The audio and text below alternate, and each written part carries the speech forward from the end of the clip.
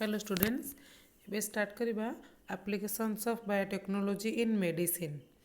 तो medicinal field रे biotechnology रो भी भास्ट एप्लिकेशंस रही।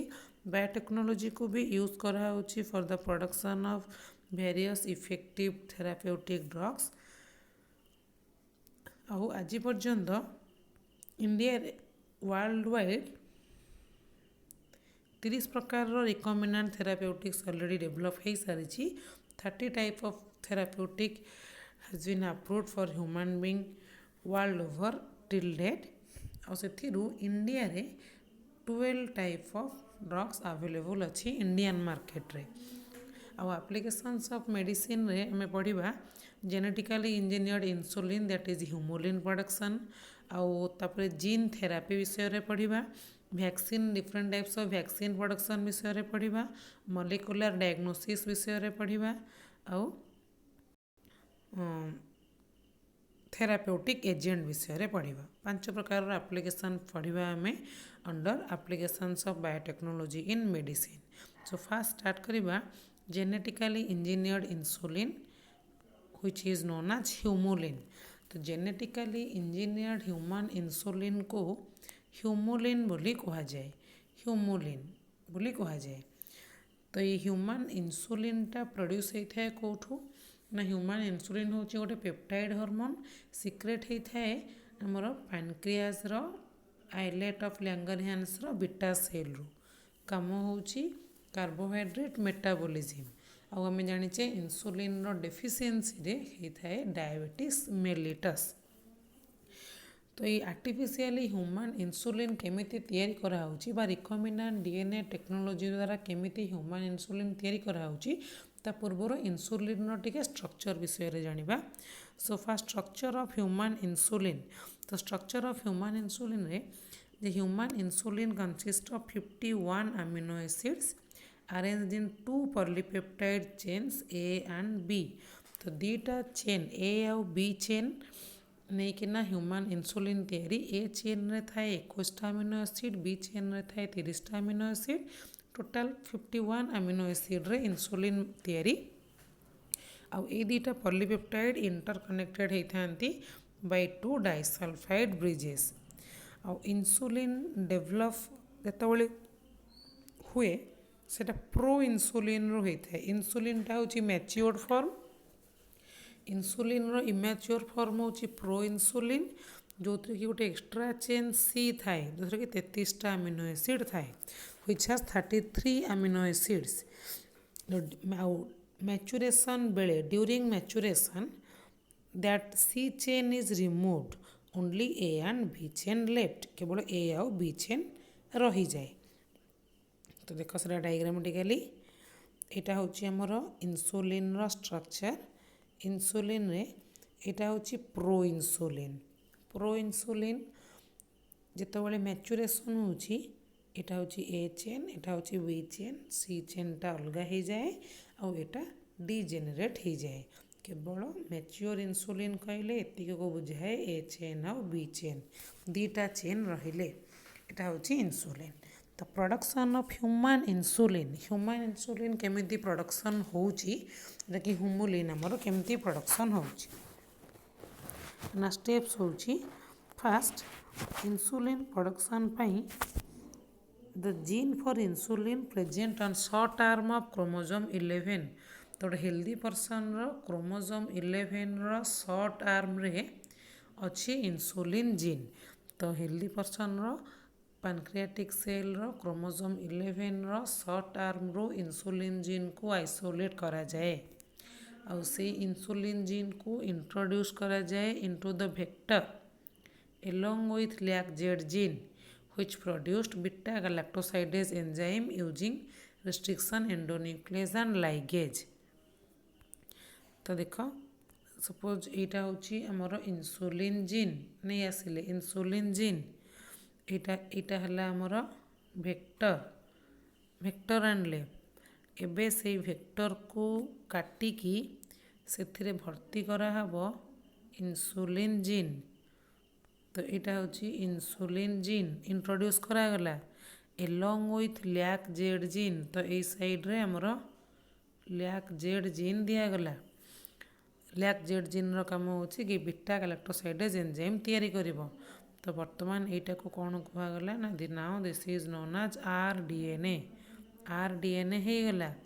ତ ଏବେ ସେଇ RDNAକୁ ଇଣ୍ଟ୍ରୋଡ୍ୟୁସ୍ କରାଯିବ ଇଣ୍ଟୁ ଇ କୋଲାଇ ହୋଷ୍ଟ। ତ ଇ କୋଲାଇ ହୋଷ୍ଟ ଭିତରେ ବର୍ତ୍ତମାନ ଏଇଟାକୁ ଇଣ୍ଟ୍ରୋଡ୍ୟୁସ୍ କରାଗଲା ହେଲା। ତ ଏଇଟା ହେଉଛି ପ୍ରୋସେସ୍। ତ ଏଇ RDNAକୁ ଇ କୋଲାଇରେ ଇଣ୍ଟ୍ରୋଡ୍ୟୁସ୍ କରାଗଲା। ଆଉ ବର୍ତ୍ତମାନ ସେଇ ଇ କୋଲାଇକୁ କଲଚର୍ କରାଯିବ। ତ ଯେତେବେଳେ ଇ କୋଲାଇକୁ କଲଚର୍ କରାଯିବ ତ ଇ କୋଲାଇର ସେ ଗ୍ରୋ କରିବ। କିନ୍ତୁ ଇ କୋଲାଇର କ'ଣ ଦରକାର, ସିଏ କାହିଁକି ଇ କୋଲାଇଟା କାହିଁକି ଆମର ଇନ୍ସୁଲିନ୍ ତିଆରି କରିବ? ଇନ୍ସୁଲିନ୍ ତ ଗୋଟେ ଜିନ୍ ପ୍ରଡ଼କ୍ଟ, ସେ କାହିଁକି ତିଆରି କରିବ? ଆମର ଇ କୋଲାଇର ଗ୍ରୋଥ୍ ପାଇଁ ଯେଉଁ ମିଡ଼ିୟମ୍ ଦିଆହେଇଥାଏ ସେ ମିଡ଼ିୟମ୍ଟା ହେଉଛି ଦିଆହେଇଥାଏ ଲାକ୍ଟୋଜ୍ ମିଡ଼ିୟମ୍। ଇ କୋଲାଇକୁ ଲାକ୍ଟୋଜ୍ ମିଡ଼ିୟମ୍ରେ ଗ୍ରୋ କରାଯାଏ ବାୟୋରିଆକ୍ଟରରେ। ବାୟୋରିଆକ୍ଟରରେ ଏଥିପାଇଁ କରାଯାଏ ଲାର୍ଜ ସ୍କେଲ୍ ପ୍ରଡ଼କ୍ସନ୍ ପାଇଁ। ତ ଇନ୍ସୁଲିନ୍ ସେ ଡାଇରେକ୍ଟଲି ତିଆରି କରିବନି ଇ କୋଲାଇ। ଇ କୋଲାଇକୁ ଲାକ୍ଟୋଜ୍ ମିଡ଼ିୟମ୍ରେ ଗ୍ରୋ କରିବାକୁ ହେଲେ ତାକୁ ଲାକ୍ଟୋଜକୁ ଡାଇଜେଷ୍ଟ କରିବାକୁ ପଡ଼ିବ। ଆଉ ଲାକ୍ଟୋଜକୁ ଡାଇଜେଷ୍ଟ କରିବା ପାଇଁ ତାକୁ ଦରକାର beta galactosidase enzyme. Beta galactosidase enzyme. ଆଉ ଏଇ ଏନ୍ଜାଇମ୍ଟା ତାକୁ କେଉଁଠୁ ମିଳିବ ନା ଲ୍ୟାକ୍ ଜେଡ୍ ଜିନ୍ରୁ। ତ ସେଇଥିପାଇଁ ଲ୍ୟାକ୍ ଜେଡ୍ ଜିନ୍ ଦିଆହେଇଛି। ତ ଇ କୋଲାଇ ଲାକ୍ଟୋଜ୍ ମିଡ଼ିୟମ୍ରେ ବଞ୍ଚିବାକୁ ହେଲେ ତାକୁ ପ୍ରଡ୍ୟୁସ୍ କରିବାକୁ ପଡ଼ିବ ବିଟା ଗାଲାକ୍ଟୋସାଇଡେଜ୍ ଏନ୍ଜାଇମ୍। ଆଉ ସେଇ ଏନ୍ଜାଇମ୍କୁ ସେ କୋଡ଼୍ କଲାବେଳେ ସେ ଇନ୍ସୁଲିନ୍କୁ କୋଡ଼୍ କରିଦେବ। ସେଥିପାଇଁ ଇନ୍ସୁଲିନ୍ ଜିନ୍ର ବୋଥ୍ ସାଇଡ଼୍ରେ ଲ୍ୟାକ୍ ଜେଡ୍ ଜିନ୍ ଦିଆହେଇଥାଏ। ଯେ lack Z ଜିନ୍ରୁ beta galactosidase enzyme ତିଆରି କଲାବେଳେ ସେ ଇନ୍ସୁଲିନ୍କୁ କୋଡ଼୍ କରିଦେବ, ଯାହାଫଳରେ କି ଆମେ ଇନ୍ସୁଲିନ୍ ପାଇପାରିବା। ତ ଏଇଟା ଥିଲା ପର୍ପୋଜ୍। ତାପରେ ଇନ୍ସୁଲିନ୍ ସେ ତିଆରି କରିବ। ତ ଫାଇନାଲି ସେ ଦୁଇଟା ଚେନ୍ ତିଆରି କରିବ। 2 ପଲିପେପ୍ଟାଇଡ୍ ଚେନ୍ସ ଆର୍ ମିକ୍ସ ଟୁଗେଦର ବାଇ ଡାଇସଲଫାଇଡ୍ ବଣ୍ଡ। ତ ସେଥିରୁ ଏ ଯେଉଁ ଚେନ୍ ତିଆରି କରିବ ଇନ୍ସୁଲିନ୍, ସେ ଇନ୍ସୁଲିନ୍ରେ ଓନ୍ଲି ଏ ଚେନ୍ ଆଉ ବି ଚେନ୍ ତିଆରି କରିବ। ଆଉ ତାକୁ ଆର୍ଟିଫିସିଆଲି ତାଙ୍କ ଭିତରେ ଡାଇସଲଫାଇଡ୍ ବଣ୍ଡ ଫର୍ମେସନ୍ କରିକି ମ୍ୟାଚିଓର ଇନ୍ସୁଲିନ୍ ତିଆରି କରାଯାଏ, ଯାହାକୁ ହ୍ୟୁମୁଲିନ୍ ବୋଲି କୁହାଯାଏ। ତ ଇ କୋଲାଇ ଖାଲି ଏ ଚେନ୍ ଆଉ ବି ଚେନ୍ ଅଲଗା ଅଲଗା ତିଆରି କରିବ। ସେ ଏ ଚେନ୍ ଆଉ ବି ଚେନ୍କୁ ପ୍ୟୁରିଫାଏ କରିକି ତାକୁ ଆର୍ଟିଫିସିଆଲି ଲାବୋରେଟୋରୀରେ ତାଙ୍କ ଭିତରେ ଡାଇସଲଫାଇଡ୍ ବଣ୍ଡ ଫର୍ମେସନ୍ କରାଯାଏ, ଯାହାକୁ ହ୍ୟୁମୁଲିନ୍ ବୋଲି କୁହାଯାଏ। ହ୍ୟୁମୁଲିନ୍। ଆଉ ଇଣ୍ଡିଆରେ ହ୍ୟୁମୁଲିନ୍କୁ ଓସୁଲିନ୍ ନା ଆକାରରେ ମ୍ୟାନୁଫ୍ୟାକ୍ଚର କରାହେଉଛି। Wosulin is a biosimilar recombinant human insulin manufactured by Wockhardt limited in India. Wosulin, Humulin ଯାହା, ଓସୁଲିନ୍ ସେୟା। Then gene therapy. Gene therapy another application. Gene therapy ହେଉଛି replacement of a defective gene by a normal functional ଜିନ୍।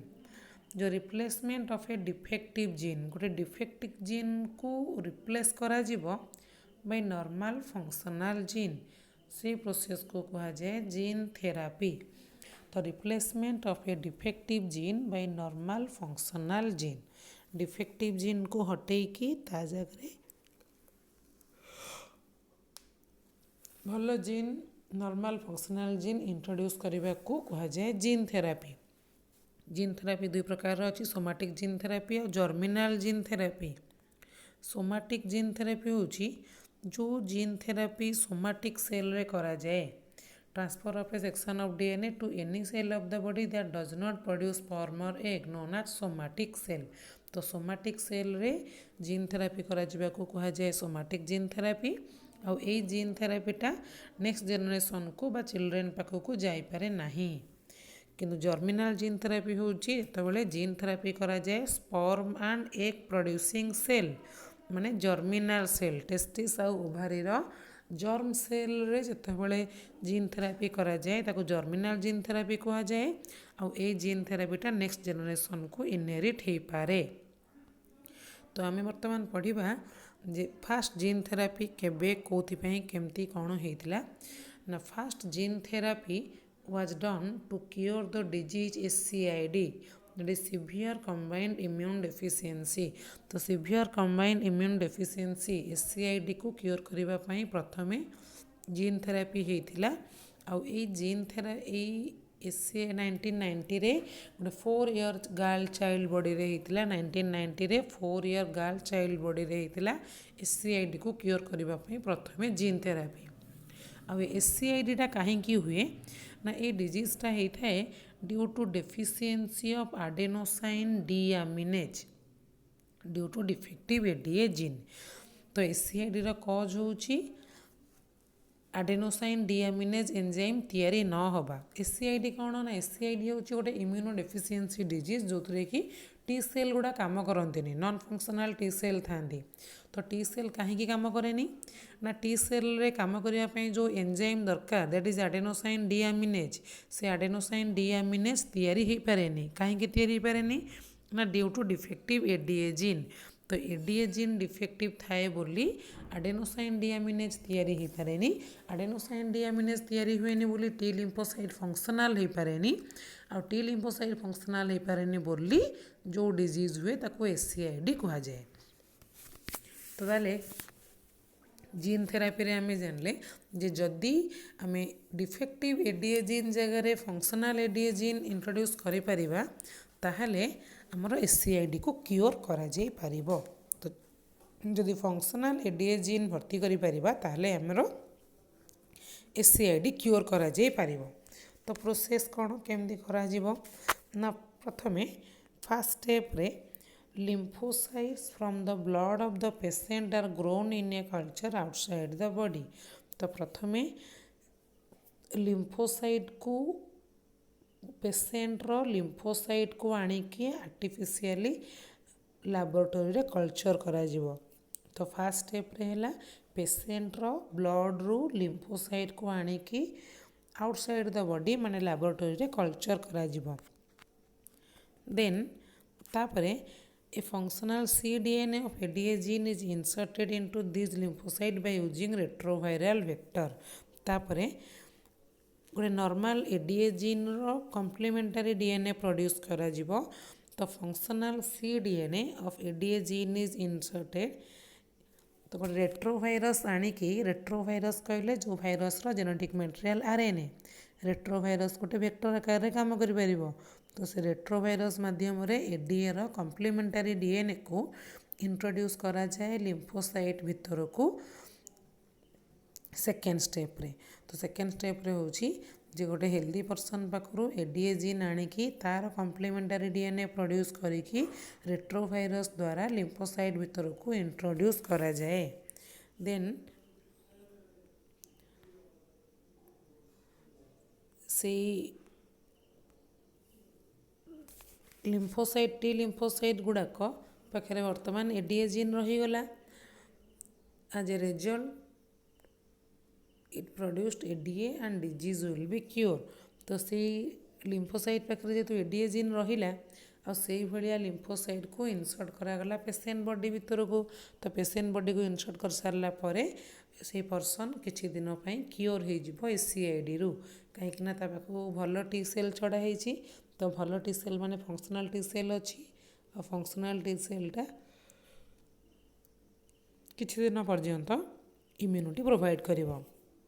किंतु आज this cells are not immortal जेहेतु से cell गुड़ाक चिरस्थायी नुहंती the patient requires periodic infusion of such genetically engineered lymphocyte.